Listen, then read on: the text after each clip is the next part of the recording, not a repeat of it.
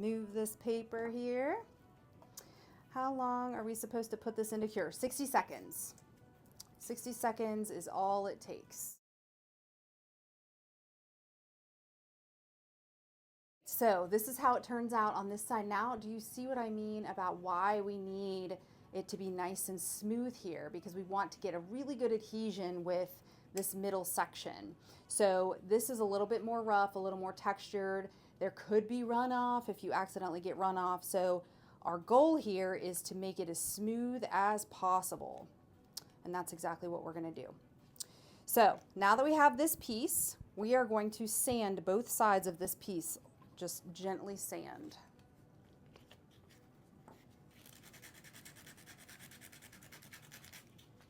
And what that's going to do is it's going to provide a really nice tight adhesion between all 3 layers.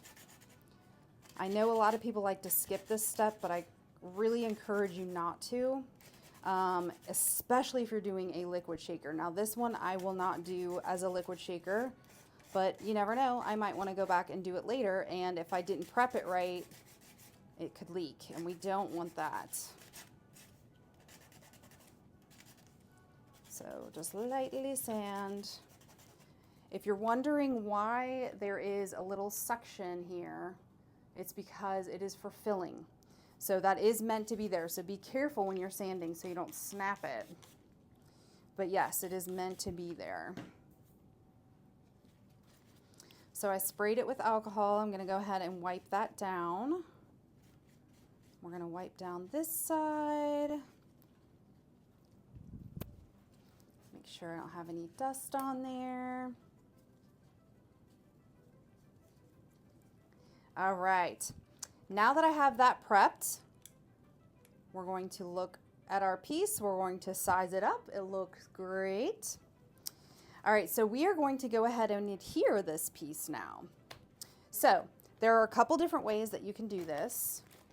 I was just talking to one of my coaching session students this week about a different technique, because one of her pain points was that when she was applying the resin, it would come out too fast and then it would just kind of make a mess, and it's really hard to blend after that. So what I told her to do is to actually use her silicone brush to her advantage and put a little bit of resin in a little mold. If you've got a little mold, or if you have our stay put mat, you can do that. But what you're going to do is just put a little bit of resin there, and then you're going to take your silicone brush, okay, and you're going to go all the way around the edges with the resin. Now, if you have practice or you feel comfortable with gauging how fast your resin is going to come out of your bottle, then you can go around the border like this.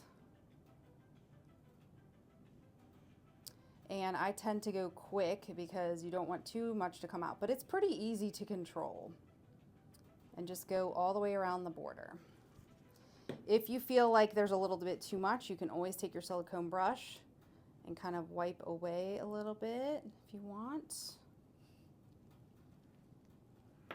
So once you have that down, you're going to take the middle section and you're just going to gently tap it down so that it's sized up beautifully. And then I usually take my my fingers and I just kind of gently tap the top and bottom and the sides to make sure that everything is lined up properly, which it looks good. So this is all lined up properly. I see a nice clean edge here. So I'm going to go ahead and cure this, and I'm just going to use my pocket lamp for this because I'm going to do a full cure in the Magic Cure. Now, if you have the Magic Cure handy or whatever lamp you're using, go ahead and cure it for maybe 10-15 seconds. You don't need to give it a full cure because when we do the rest, it's all going to be a full cure, so you won't have to worry so much. But the pocket lamp is very, very, very strong. So only 10 seconds is all you need with the pocket lamp, and everything is going to be hard and you won't have to worry about it. Okay, So now you have this top section, and we are going to go ahead and just take off the top and the bottom, because this is how we're going to seal everything in. So go ahead and take that off. And we're not sanding this. We want this to be our window. Think of it as your window, so it's going to be nice and clean and smooth.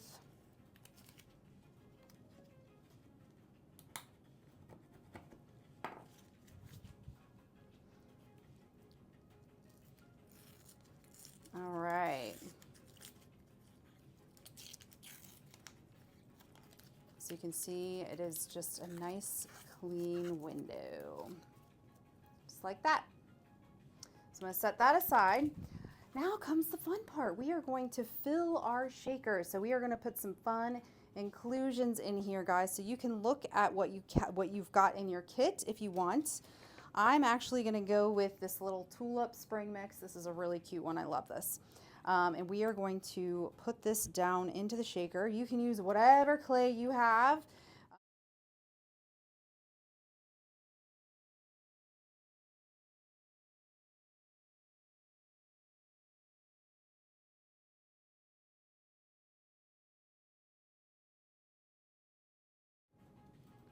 All right, so I'm going to tap down the inclusions, my clay pieces, make sure everything looks good. And then what I'm going to do, if you are not comfortable using the bottle and going all the way around, I'm going to show you this technique. We're just going to pick up a little bit on our brush, and we're going to go all the way around, making sure that we get resin everywhere. The biggest problem that people have when they're putting the resin onto this top layer is that there's too much, and then the top slides and it can leave some resin on the inside, which it's not the end of the world, but you want to try to have a nice tight clean seal all the way around.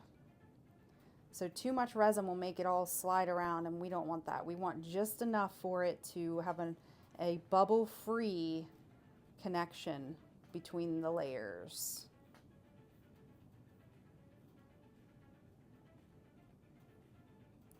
So we're going to go all the way down here.